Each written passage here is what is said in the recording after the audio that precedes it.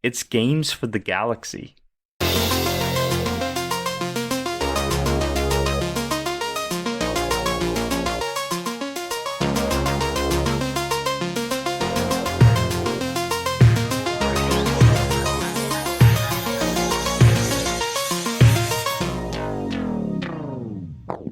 Hello and welcome to Games for the Galaxy. I'm Ross Tweets Games and I love video games. Each episode I'll be bringing on a special guest and dropping the absolute bombshell to them that aliens exist.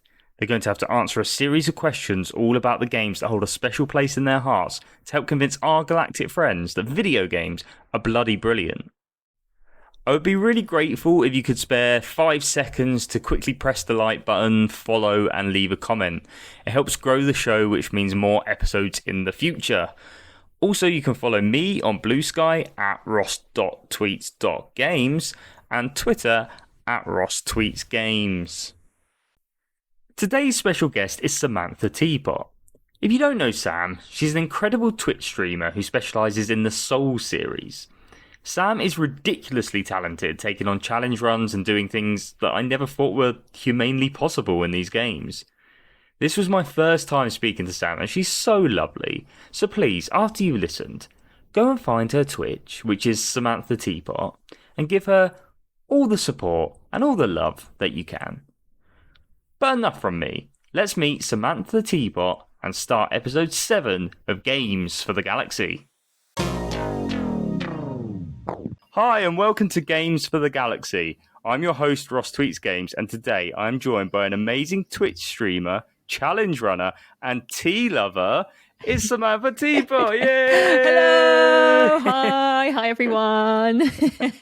Hi Sam, How are you? Are you okay? Very good, yes. I was going to say, I haven't actually got a cup of tea on me right now. I'm drinking Dr. Pepper. It's not very on brand, is it? No. Yeah, I'm disappointed because one of the first things I wanted to ask you is perfect cup of tea. Ooh, perfect cup of tea. Wow. Take us through it. Do you know what? I'm very basic with the tea I drink. So I love a Yorkshire tea. Yep. I love a Yorkshire tea. And of course it's, tea bag in first. Mm-hmm. Pour the water on the tea bag. Perfect, right? I feel like that makes a difference, like pouring the water in the bag. I agree. And I leave it for, I don't really time it because I know in my head sort of how long is long enough. Do you know what I mean? Because I drink so much tea. It's like a superpower. Yeah. And I'll leave that for a bit. And then I've got to squeeze the tea bag on the side, of the spoon. You have to do that. And then I actually don't have dairy anymore. Okay. For dietary reasons, like this is too much information already because of my IBS. Right. Yeah. No, that's fair. But anyway, so I have almond milk in my tea, and that's my perfect cup of tea. No sugar. No sugar. No. No. Well. No. Yeah. That's a quick introduction of Samantha Teapot and her IBS. But that's the first thing I've talked about. But for anyone that doesn't know you, Sam, just give us a little short overview of yourself and the content that you create. Yes. So, I've been streaming on Twitch for about 3.5 years now. And now I'm very much just a Soulsborne, Souls-like streamer. It was never the plan. It wasn't, but I played Bloodborne first and just fell in love with it. Absolutely loved the feeling, and I was like, okay, I want more of this feeling. Played all the others, got through that. And then I was like, maybe I will try a little challenge, and it's just a little thing. Like in Elden Ring, I did club only. And then it's progressed anyway to the point where I just keep pushing myself. And now I do like hitless and deathless runs and things like that. So I guess now I can say this. I'm a challenge runner, really. I would say you're a challenge runner. Yeah. I mean, just run us through, like you mentioned the club only, which for someone stupid like me, that's just the weapon, right? Yeah. Defeating every single boss. Yes, that's what I did. I thought that would be a nice kind of simple challenge to start off, my first ever challenge. So I could level, I could die as many times, things like that. It was just the only challenge was to use nothing, so no summons, no anything else, just the starting wooden club. And Amazing. so, yeah, that was really good. And I just kind of, I guess I could say, got addicted to that feeling of the Yeah. feeling of overcoming a challenge. Yeah. How long did that take you? Yeah. Just out of Oh, I interest. wonder. I started streaming maybe a month, couple months. Yeah. Yeah. Because it's Elden Ring is such a big game. I didn't do all bosses for that, but I did like all remembrance bosses. Yeah, I think it was that. So that was like 2 years ago Oh, now. blimey. 2 years Yeah. ago now. And then just give us a short like overview of the other challenges that you've done. Yes. So I then did went back to my favorite, the one that started it all. Went back to Bloodborne and did no leveling. So Blood level 4, BL4. So you start off with your starting stats and complete the whole game. So I did that all bosses, and it was so hard. And I did it thinking, let's just try it. It's never a thing of like, oh, I'm going to do this. It's like, let's just see how far we get, And I did it, and it felt amazing. And then I was like, well, now that I've done this, I feel like I could probably try Deathless, because, you're allowed to level up then. And, I felt like I knew the game well enough. So then I did Bloodborne Deathless. Amazing. And I was like, oh, that was really cool. And then I went hitless, because it's like, I kept just trying. And Yeah. yeah. So forgive me, but when you say deathless and hitless, does that mean if you get hit once, you have to start from the very beginning again? Yeah. So basically the run's dead if you get hit. Right. But okay. yeah, the way I was doing it. Yeah, you go. Insane. I know. That's insane. Even now, I can't believe it's true. Like, even when I did it, there's a clip of me, and I'm just going, I can't believe it, guys. I can't believe it. I don't know what to say, because I can't believe it's true. Yeah. So that was cool. Mm-hmm. Amazing. Yeah. So have you got any other challenges in your like sort of sight line? What's next? Wow. Oh God, I've got so many plans. My brain can't keep up. Oh my goodness. But at the moment I'm doing Elden Ring no leveling. So all bosses without leveling, about halfway through. So 100 bosses down. And then after that, I want to try Elden Ring hitless as well. Amazing. After that. And then I want to do all the games without leveling as well. All of them. Yeah. Every single game. and everyone can see that on your Twitch, which is at Samantha Teapot, right? Yes. Mm-hmm. Correct. So I want to rewind a little bit to your streaming. So what first made you stream? What got you into that? What was the decision behind, starting a Twitch? It was a bit of a weird time when I started Twitch. So it was around the COVID time. Yeah. And I'd been working from home doing online teaching for these Chinese companies that I was teaching little kids, basically, English. Yeah. And it was a really strange, because it's basically like you're a kid's TV presenter. So I had all the set up, and I was doing all of this, and the government in China changed the rules, and we couldn't do it anymore. And I was like, oh, well, that's a bit of a bummer. And it was actually, my partner was always saying, you should try Twitch. You should try Twitch. You'd be so good at it, because this is you love games, and this is it's like a similar thing. And yeah, I was always like, no, because I love gaming so much. I don't want to make it into like, I don't know, like a thing that I have to do. I was worried it was going to turn into that. But one day I just decided, okay, I'm going to do it. And I did, and it was so much fun. I loved it, and ever since it's gone. I've just done it ever since. Yeah. Amazing. So, with your streaming, I know some people have names for their chats and stuff. Do you have anything along those lines? I don't actually. What, like they have like a team something like, or. Oh, yeah, I don't.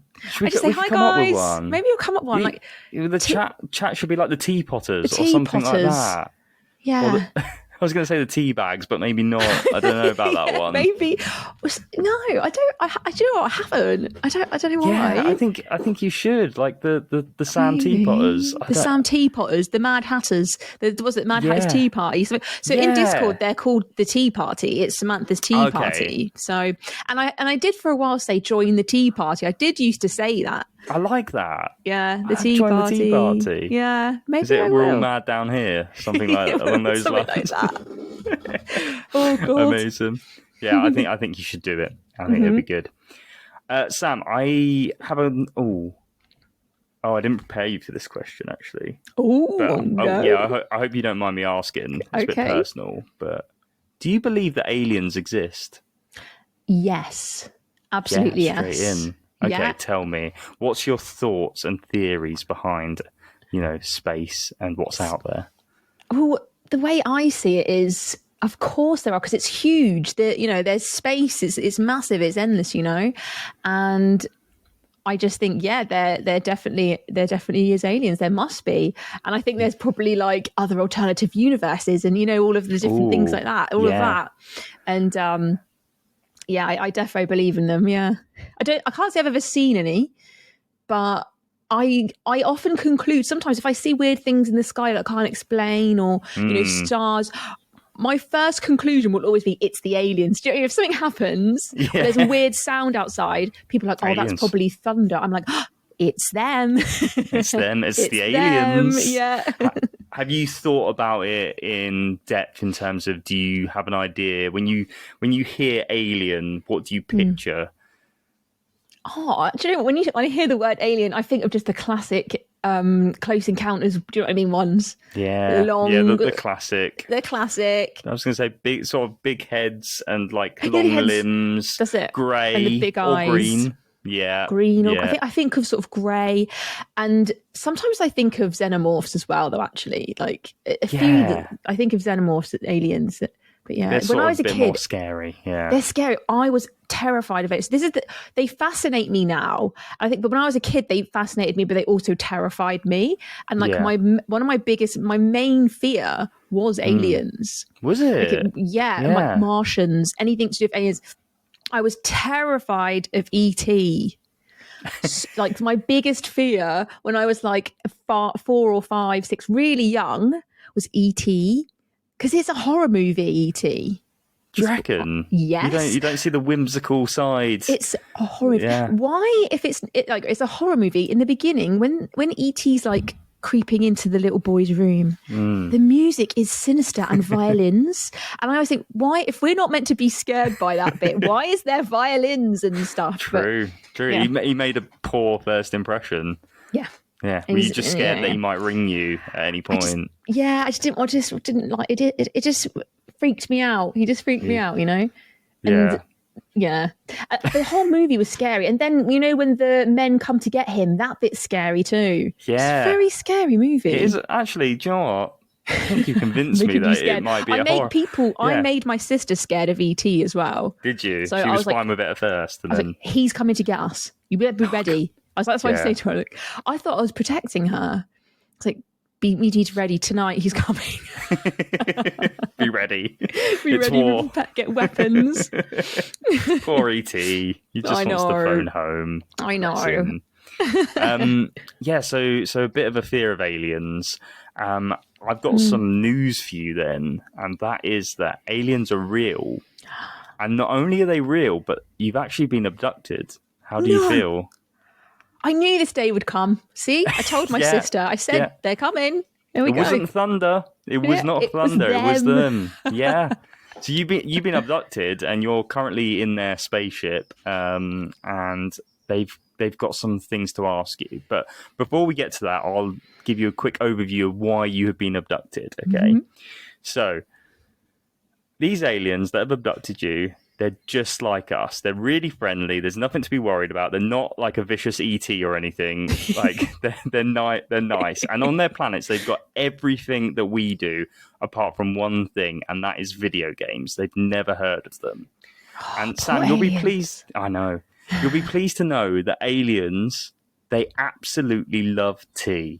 They can't get enough of it. But the only place that they can get it is on Earth, because we do it the best. They go to Yorkshire, usually. Of course. Yeah, of course. And last time that they were visiting Earth, and they went to go get a cuppa, they noticed some people talking about video games. And they were like, what? What is this?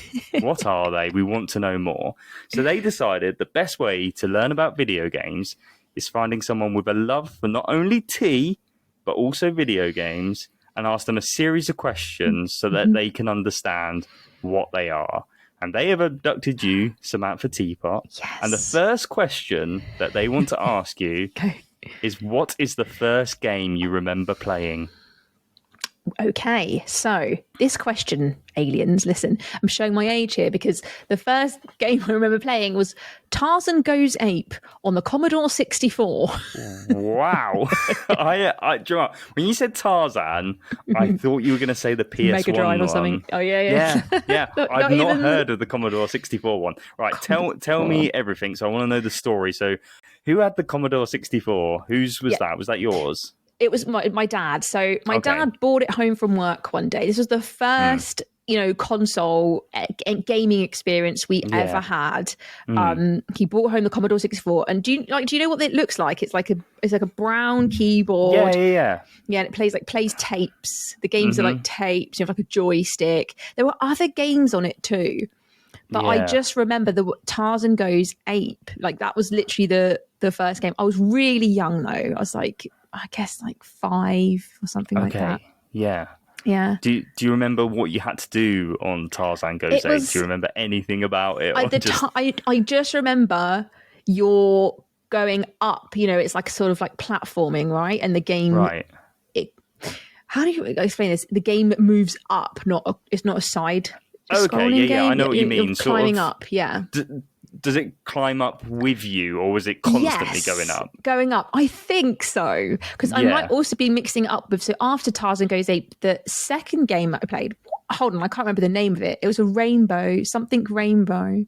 Rainbow Islands. There we go. Okay. Yeah, and that defo moved up. And the music was like, somewhere over the rainbow. Dun, dun. And so it's like Wizard of Ozzy? Yeah, but so you were like just a little guy, and your powers were like a rainbow. So you would use a rainbow to climb up. The rainbow would be like a bridge, and you'd go across each platform. And then it was really hard. This is the thing. I was really young, and it was really hard. And then the game speeds up. So towards the end of the level, the music starts going dun dun dun dun dun dun dun dun dun, dun, and the music speeds, and you're trying to get up, and then all the rainbows are coming, and then you die. Oh no! I feel like those older games, like Commodore 64 and stuff, they were built to be harder. They were so hard. Yeah, and also I hate when games do that, where they slowly get faster, and then the music gets faster and you start panicking. And I find that really scary. It's scary. And I was only a little kid, and it was really hard. But that was the first game I sort of remember playing, but I didn't really get to play it much. And then after that, we got a Sega Master System. We got an Amiga.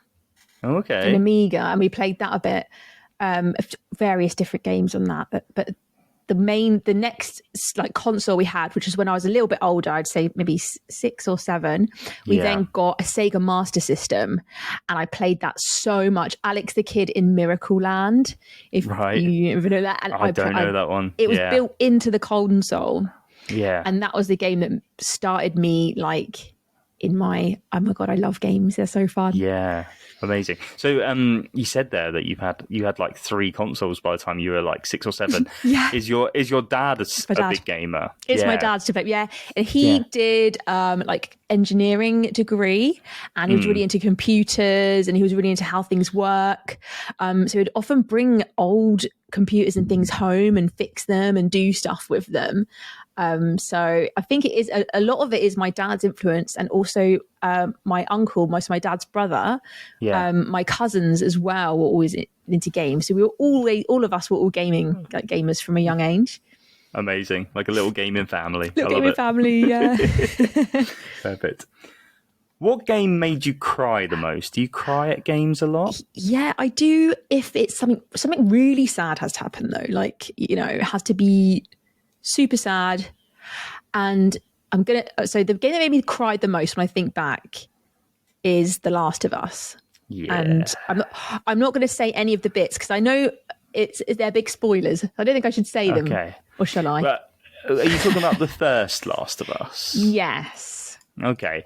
maybe not And the second. not go into like plot points Yeah. necessarily, but maybe if you tell me the sort of rough areas, and we'll sort of try and The skate beginning around and the them. end. Yeah, fair enough. The first scene and the last scene.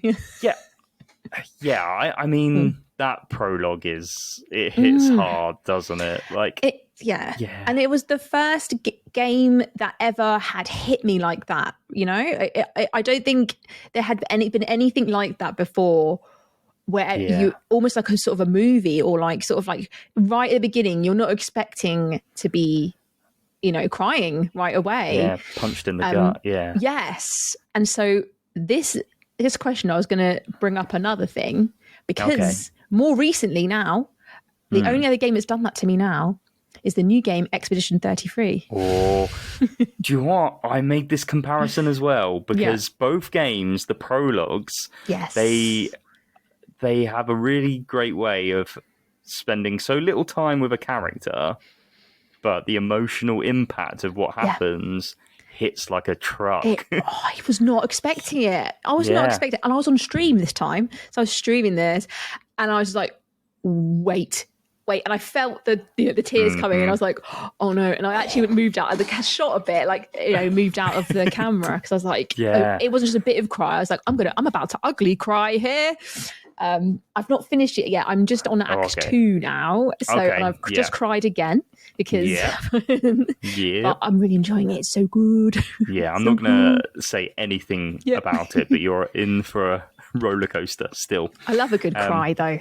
Yeah. Do you know what? I think games that can make you cry, it just makes me think how brilliant they are as an art form. Like, who thought that pixels on a screen could create such emotions? Yeah. Going back to The Last of Us, that's the second one, is one of the very few games that made me cry as well. So I get it. It's such a great journey. So you've played both of those, have you?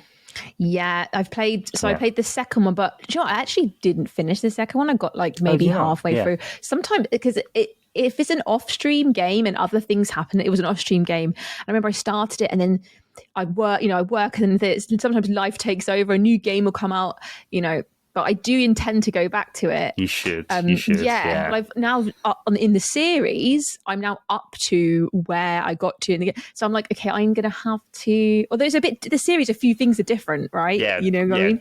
Very different. Yeah. So I'm like, well, I guess it's making me want to replay the whole game though from the start, watching the series. It's so good. I think you should, because it's amazing, and I think I think you'll really enjoy it, especially if you love the first one. I mean, some people come away from that game not liking what they did, but even if you don't, underneath it's still a brilliant game to play. Like, mechanically wise, it's still great. So I think you should give it another shot and finally finish it. It's on my list. Yeah. Will that be one that you stay off stream? That one's just for you, is it? Yeah. Yeah, I'll stay off stream. Amazing. Yeah. Cool. Well, I look forward to hearing your thoughts when the time comes. Oh, I will. What is a game you didn't think you'd like, but you ended up loving it? Okay. I love this question, because this is so good. So a game that I didn't think I would like at all, or I looked at it and I was like, that's not for me, I can't do things like that, is Bloodborne. Yes. Yeah. And so before Bloodborne, I used to play games on easy, which is fine, by the way. I'm just playing games. I was just a very casual approach. I was like, but I saw Dark Souls. So my partner played Bloodborne first, then Dark Souls. And I'd sometimes pop in the room and go, God, it looks horrible. It's all dark. And what are you doing? Say, oh God, you're dying again and again, and then you lose. And I just remember thinking, like, oh, that sounds no fun. This is so funny, because knowing what I am now as what the games I play. And then it was free on the PlayStation Plus games, the monthly games. Yeah. I was like, oh, I'll just give it a try. It's for free and I've got nothing to do. I'm going to play for fun, see how far I can get, And I was like, and I remember I went into it, I was like, this is hot. What? How? This is impossible. I remember the first bit, dying again. I was like, how am I going to play this whole game? This is impossible. This is not fun. But then I tried again. I was like, yes, I got through. And then, got a bit further and I got to the first boss and I got the first boss. And I was like, oh, this is an amazing feeling. What? Oh my God. And the game's actually beautiful and there's interesting lore. What's going on here? What's this creature? And now there's these monsters. What? There's aliens. What is this? And all this stuff is going on. The music is beautiful. Anyway, it ended up being one of my favorite games I've ever played. What an amazing choice that day when you went on the PlayStation Store and downloaded it. Just downloaded it. Just imagine if I hadn't done that. So out of interest, you say your partner plays those games. Would you say you've surpassed him now? Has he done any challenge runs? Yeah, I have now. Yeah. So because he's just done the first playthroughs. Yeah. But I've obviously now gone and done all the stuff. You're like, well. Yes, exactly. No, Bloodborne's amazing. I'll admit, the first time I played it, I dropped it pretty quickly because I hadn't played Souls games before. Bloodborne was the very first one that I played, and I think I got to Vicar Amelia. Oh, that's kind of fun. And I like stumbled my way through it, and I could not kill her for the life of me, like at all. Like it just, like I was like holding my controller so tight that I was like wanting to like snap it because I just could not like fathom how to defeat her. So I was like, you know what, these games aren't for me. And then Elden Ring came out, and I was like, everyone was playing it, and I was like, oh, I didn't really like Bloodborne, so I probably won't play that. And then I beat Elden Ring and loved it, and I went back to Bloodborne, beat Vicar Amelia first time. Yes, because it taught me how to play it, and then I finished Bloodborne, and it is an incredible experience. But it's like what you said there, that when you beat those bosses in those games, it's an incredible high that you just can't really like put into words, and that's why you now challenge run, because you're chasing that high. Chasing the high. That's what I always say. I always say Bloodborne is drugs. No. You're chasing the high, and you're like, then, you do hit list, and you're like, oh, what can I do now? I'm going to have to do like dance pad. Please do the dance pad. I think you've got to. I did. I tried for Halloween. Last Halloween, just for a joke, I had a go. Right. And I got all the way to Cleric Beast and beat Cleric Beast on the dance pad. On the dance pad, yeah. That's incredible. Yeah, that's amazing. I will do the whole playthrough, but I said I'm not in the summer. I'm gonna wait till winter again because it's too cooler. Hot. Yeah, definitely. Oh, that's amazing. Like the fact that you even like attempted that and then beat Cleric Beast is incredible. I always say I can't believe it. I can't believe I did it. Yeah, that's amazing. Bloodborne. Amazing answer. Best. Amazing answer. What game is terrible but you love it anyway? So it might be critically panned or other people don't like it, but you go, no, this is a good game. Okay. This is it's terrible. It's awful. Yeah. Okay. But I love it for reasons I'm going to tell you now. Spice Girls Spice World on the PlayStation 1. Okay. That is a game I shouldn't admit to having, but I absolutely did have. It's so mainly because of my fun. older sister, but I played the shit out of it So as well. I played it so much because I loved the Spice Girls so much. They're a huge part of me, a young girl growing up and stuff. And everything Spice Girls I loved, They did have a lot of merchandise, Yeah, they did. So of course they got the game out. But you could be the Spice Girls. You could get ready for your show. You could do a dance. You could be them. And when you're a kid, that's all you want. Yeah, just be a Spice Girl, Yeah. And it is terrible. Like, the way it's blocky, it's really badly made and stuff. They just were like, Spice Girls, put a label on it, get it out there. But I didn't care because it was Spice Girls and I rinsed it. Yeah, so I absolutely rinsed it. Yeah, because as you say, the character models were terrifying. It didn't look anything like them. Massive heads. I can't remember it too well. I remember the menu being like a globe, if I remember rightly, or something like that. Core memory. And then I remember the dance like mode. I don't think. Because I'm assuming it was for a dance pad, but I don't think me and my sister had a dance pad at the time, so we had to just do it on the controller. On the controller, we did too. Yeah. Yeah. So, did you play that with your sister a lot? Was that a game that you like shared? We did. So, my sister very much loved watching me play games. Right. So she would play a bit, but she was very much watch Sam do it and just would enjoy watching me. So we would, I'd make the Spice Girls dance, and she'd be like, yeah. Is it younger sister? Is it? She's younger, but just by 2 years. Okay, so we're really very close. Yeah, we're basically best friends now. And amazing. So when she comes onto my Twitch, she's like, "This is just like watching you play games. I've done it all my life."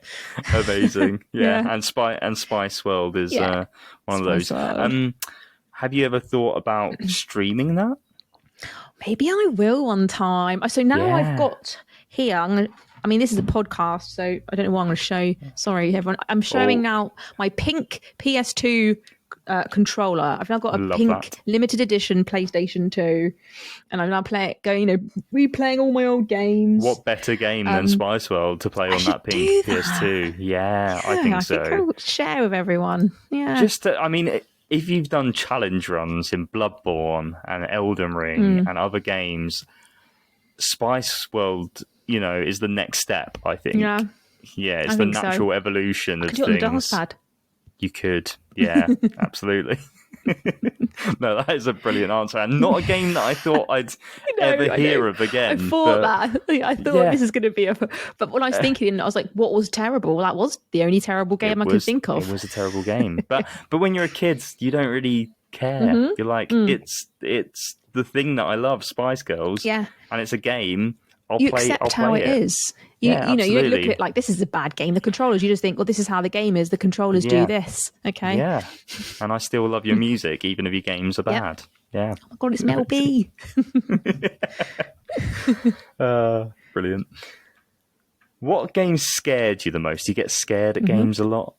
So the game that scared me the most was like, basically, when I think back to it, it's an absolute ordeal to get through, was Alien Isolation. Oh, I've heard horror stories, literally, of this game. Yeah. Is this one you did on stream, or is this a... I did do it on stream. It was actually one of the first games I ever streamed. So when I started off streaming, I was a horror streamer. So I did... but yeah, this was just... I spent most of the game, my character on the floor, crawling slowly. Because it's just so good. It's so good, though. It's such a good game. Yeah. It's so terrifying. You have no weapons, nothing. You're just hiding from the alien. See, that scares me too much. So I don't think I scary. could do it. I don't think because it's the atmosphere as well for that game, isn't it? Like it's really like you are in the films. It's you and the alien, and a couple of friendly Joe robots as well.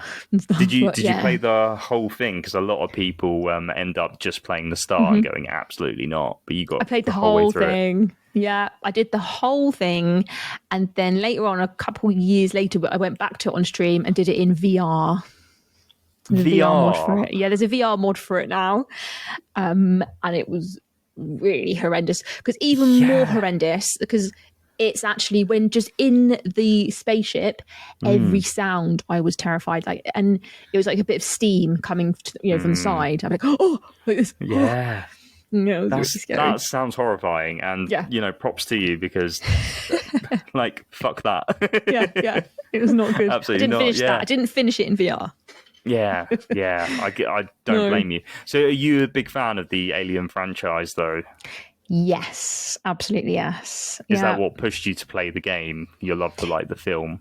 Yes, yeah. I always wanted to play. I saw it was out. What was funny actually, before I was a streamer, the game was out, and I did play a tiny little bit of it on my own, and I was like, no, absolutely not. I can't do it. I can't finish it. But something about streaming a game makes it less scary. Yeah, I think you're with chat. Yeah, this is something that a lot of people that come on this podcast we discuss during this category. Is that there's something about streaming. It's that sense of community, that sense that you're not alone. Yeah. And you're almost there to entertain. like makes it just that much more doable. Yeah. Like it's You've got thanks accountability. to the You've got to finish it. So thank you to the Teapotters. It's like, Yeah. did we set on that? I don't remember. The Teapotters, Tatters, The something. Teapotters, Yeah. To be confirmed. Thank you to them. Yeah. What game means the most to you? So it doesn't have to be your favorite game, but the memories around playing it make it really special. Final Fantasy VIII. Oh, amazing. Say, yes. Okay. So why is this a special game to you? This game was so special to me because I played it as a teenager. I was 14 when I played it, and I got it for Christmas. Like, I think it's 1999 or something like that, or maybe the year 2000, maybe 1999. And before that, I just played like Tomb Raider, a couple other games, on the PlayStation. PlayStation was still quite new to me, and it was still the jump from Mega Drive to PlayStation was huge. It was such a huge jump, and the way it looked is like now the jump that we've made to VR. It was the same feeling, right? Yeah. I just thought, I saw the advert for Final Fantasy VIII and I already thought, wow, this looks so good. I'd never seen anything like it, and so I got it for Christmas. I ran upstairs immediately at Christmas. I played it all day Christmas Day, all Boxing Day, all through Christmas. And so it was beautiful. It was stunning. It blew me away just from the first cutscene. But then the story, the characters, it's all about teenagers growing up, friendship, love, all of this. And it was when I was young, I was at school, and I was going through a hard time at school, actually. Yeah. A really hard time.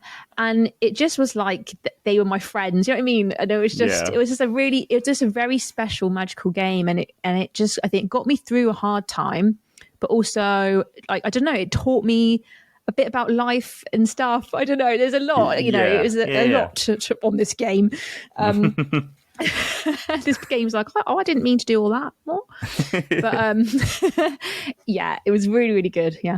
Yeah, I love that Big feeling impact. as well. Like you touched on it there, of getting a game for Christmas. What a great feeling as a kid, and like getting to play it all day. It just doesn't hit as an adult, does it? We can get them all now. We're adults. I'd waited for it.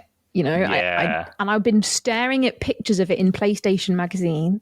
So I've been looking at the pictures and just staring just waiting. Thinking what will it be like? And we didn't have the internet. We literally just had magazines and pictures to look at. And so when I got it for Christmas Day, I remember it. I remember opening it. I remember it now, how it was, and ran upstairs. Love it. Yeah. And it lived up to expectations. Yeah, and more. Yeah. Was that your first Final Fantasy game that you played? Yes. Had you played any of the others since then? Yes. So then after that, I got Final Fantasy IX when it came out, which I loved again. So amazing. So wonderful.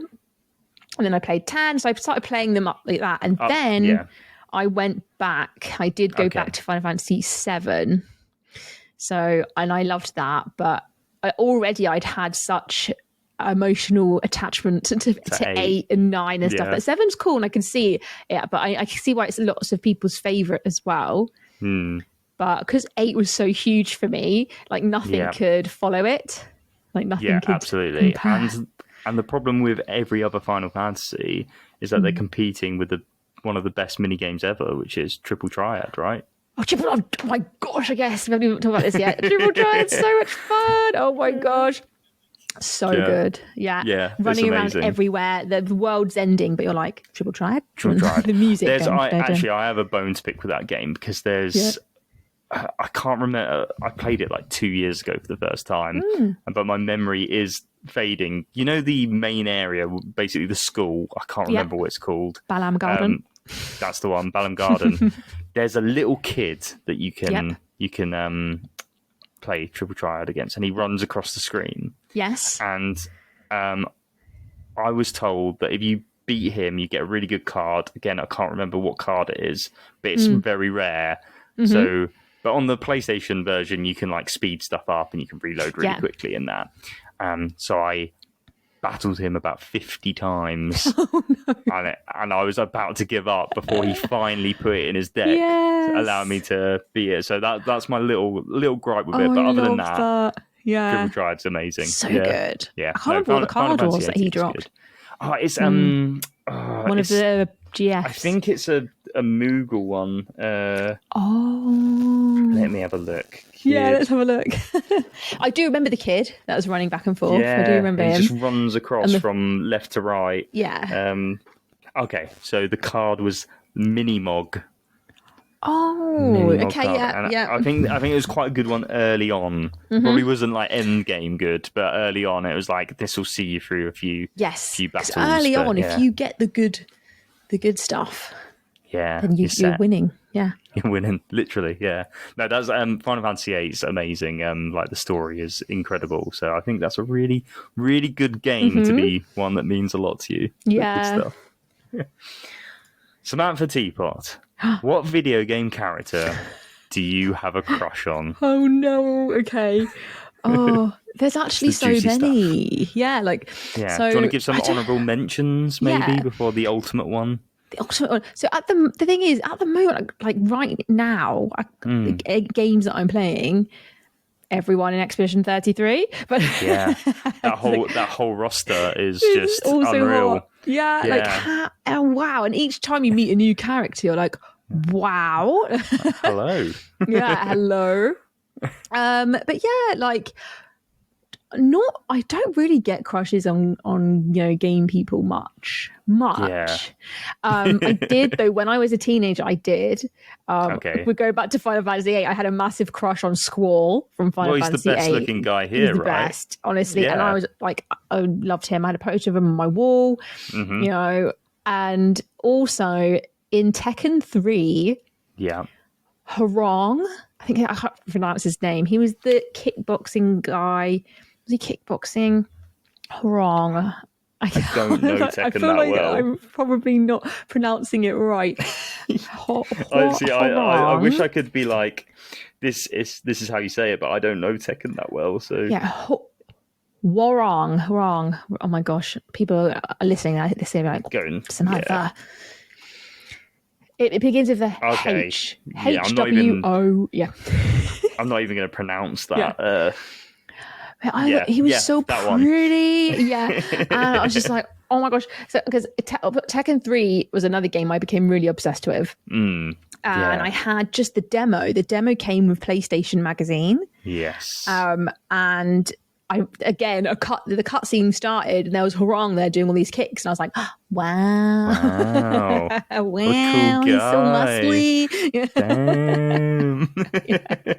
So you're talking about just Tekken there, saying you got obsessed with it. Yep. Did you ever get the full game after playing the demo? Yeah. So I played the demo for probably about a year, like literally, and I got Tekken again for Tekken 3 for Christmas.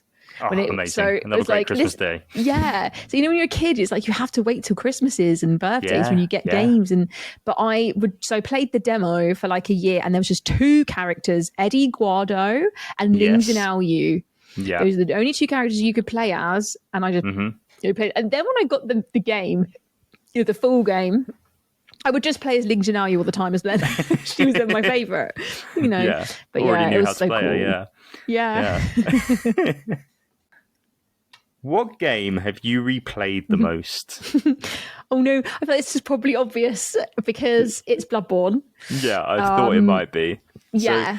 So, I think, forgive me if we did cover all of them, but just go through all the challenge runs you've done again for Bloodborne. So like different times. So yes. So obviously you completed it first time. Yeah. Without challenging, I'm assuming. Yeah. I just did a normal playthrough. Then I actually went back. What was the next? I did without summons. I went back and did without summons.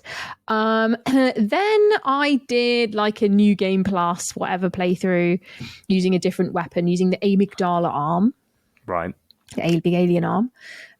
Then I did the no leveling run, all bosses, BL4. Then this is where all of the hours rack up because I did Deathless. So Deathless is your every day on stream running the game each day. Yeah. Because I was trying to get the run. So I was doing it in the way that you get your PB. So I'd play the whole game and count the deaths, and eventually the deaths would get less and less until you're on PB one, Right, one gotcha. death. Yeah. So I would do that, and so then when I did hitless, I was doing it. It took me months to get hitless. So I was playing Bloodborne every day on stream, trying to get hitless, and it's just. I think I'm over 2,000 hours now, 2,000 something hours in Bloodborne. Yeah. Because I think because of the challenge runs. Yeah, that's amazing. So you know that game basically on the back of your hand. How quick can you, if you started it now, how long would it take you to sort of roll credits? An hour and a bit. An hour? Yeah. I didn't even know that was possible. I think it would be maybe now a bit rusty, maybe just under 2 hours. So my winning hitless run was 2 hours something. And that's me getting up, going for breaks, being all nervous before the last boss because I was about to get hitless, like freaking out. So you cut out all them breaks and stuff, I think it would be less. That's incredible. I could spend that amount of time in the character creation and you've already beaten the game. Yeah. Yeah, that I guess Bloodborne is ultimately really special. And will you continue replaying it? Probably for the rest of your life. Yeah. I've got more plans. I've still got more ideas. I want to try and do all bosses hitless, which will be really tough because so I did any percent hitless. So you complete the game anyway, getting all killing any bosses. To not getting hit. Yeah. But then there's all bosses and including DLC, and only a few people, not a few, sort of a handful of people have got that run. So I think it'd be really cool to get that. So I want to try one day to do that, even just to get hitless Ludwig or hitless Orphan of Kos. That would be so cool. Amazing. We'll keep eyes on your stream to see if that is achieved. Now, we don't like to be too negative on the podcast, but what is the worst game you've ever played? So now this game, nothing bad. I think this game has been improved now over time. I think people love this game. It's really good now. But this is when it came out, when I played it. It was No Man's Sky. Okay, yes. Yes. I think with it, I had a lot of expectations. So I was very disappointed. I thought it was going to be... this whole world of universes, planets, you can do anything, any creatures, it's never ending and all of the stuff and stuff that you can do and I went into it and it was just not good. It was just empty. There was no creatures, there was no things, it was just rocks. It was basically just walking around finding rocks.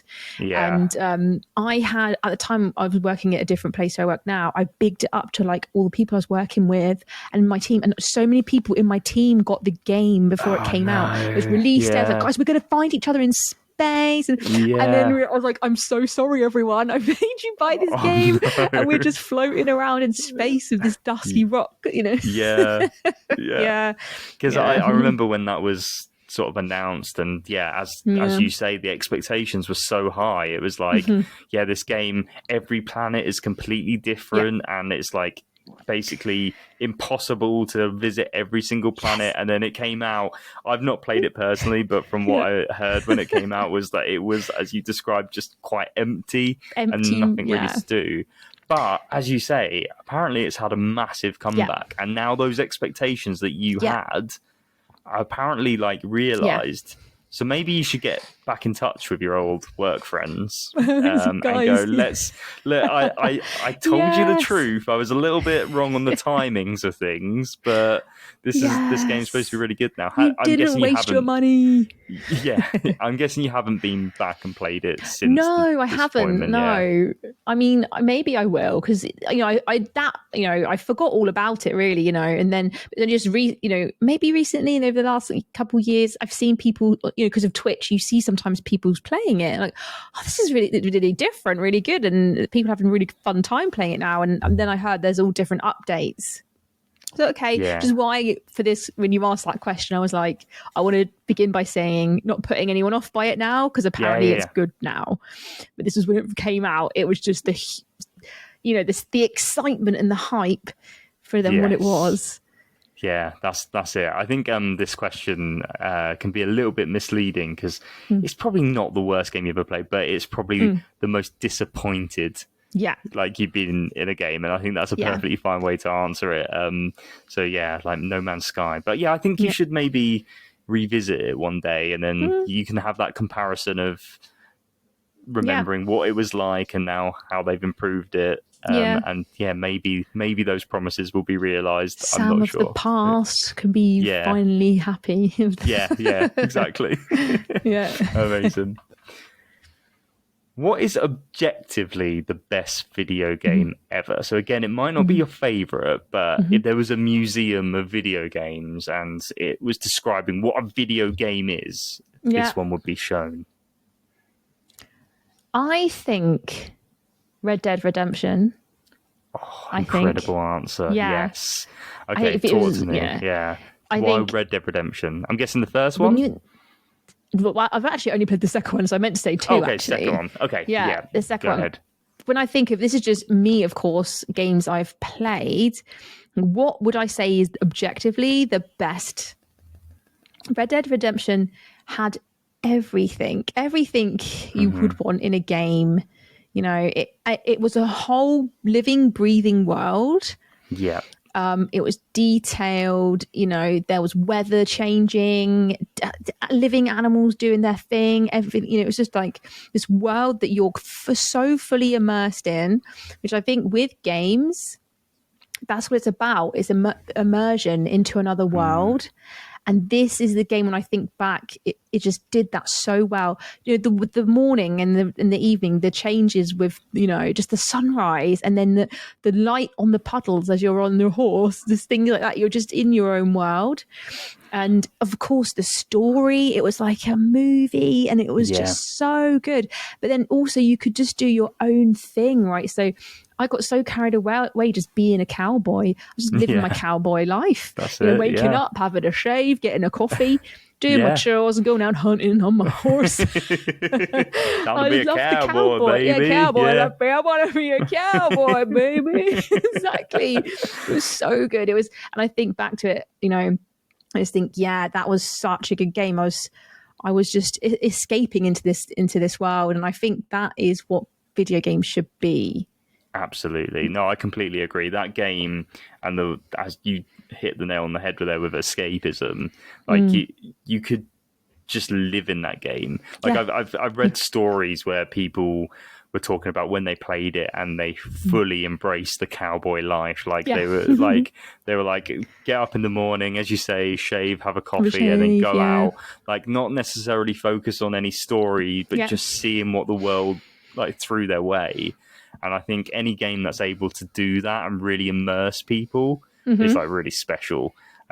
Yeah, I've been itching for a replay because I played it when it first came out, and I don't think that I really gave it. Like, I still loved it, like absolutely loved it, but I don't think I gave it the time and like the proper dedication that it requires, like it deserves.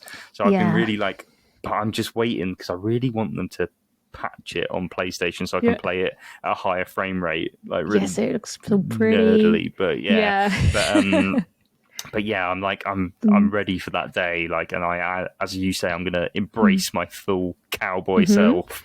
But yeah, what game? You should play the first one though. It's I know, I do intend to.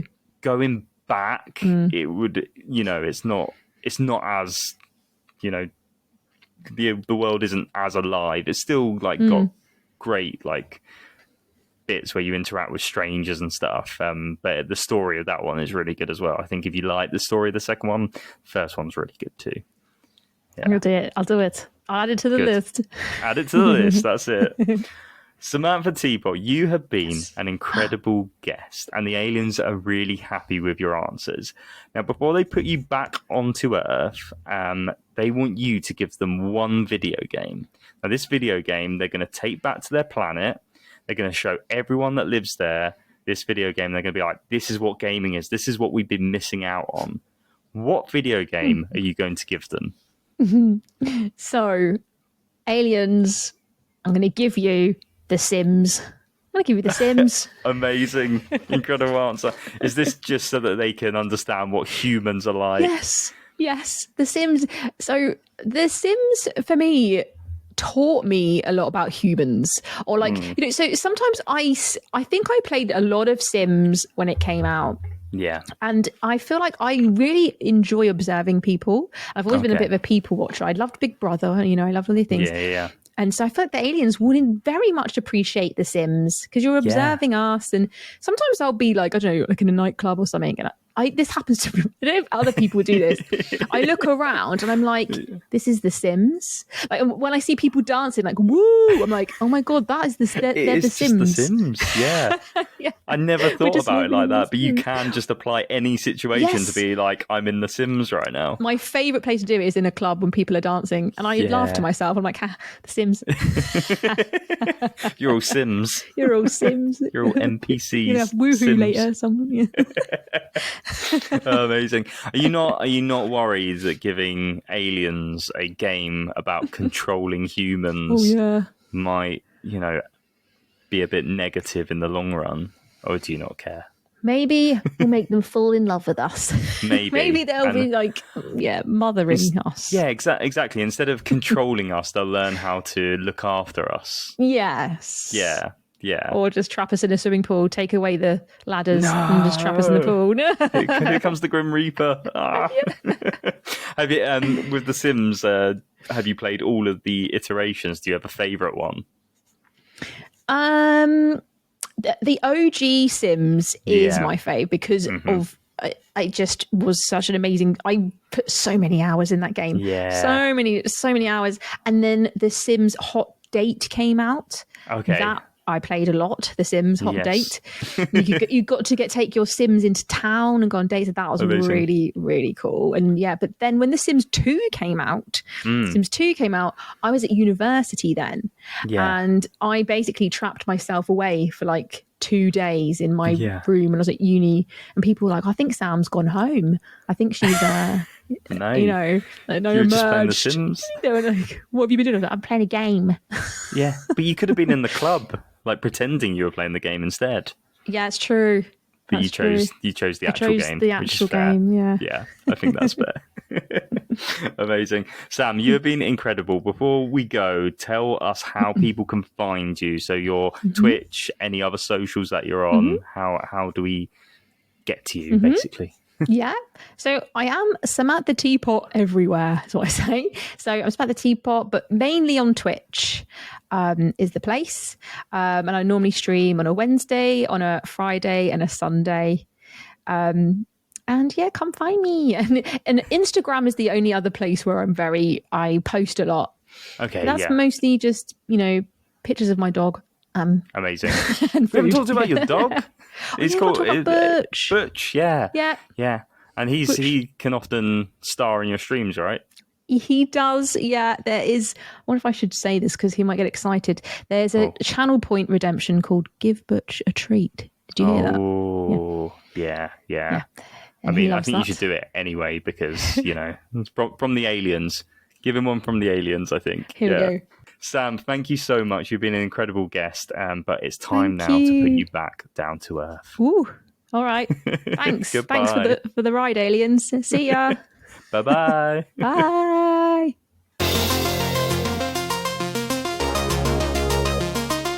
But you know what? This has made me think I will go back and give No Man's Sky a chance. Yeah, I think you should. Yeah, I've heard that it's good now. Could be one to keep an eye on. Yeah. Return. Yeah. The return of the teapot. No Man's Sky. Yeah, that's got to be your spacecraft name, right? The teapot. The teapot. Yeah. The saucer. Definitely. The saucer. The saucer. The saucer. How did we not make that joke? It's a podcast about aliens. No. See, it always happens. I'm still recording. It's fine. I can edit this in at some point.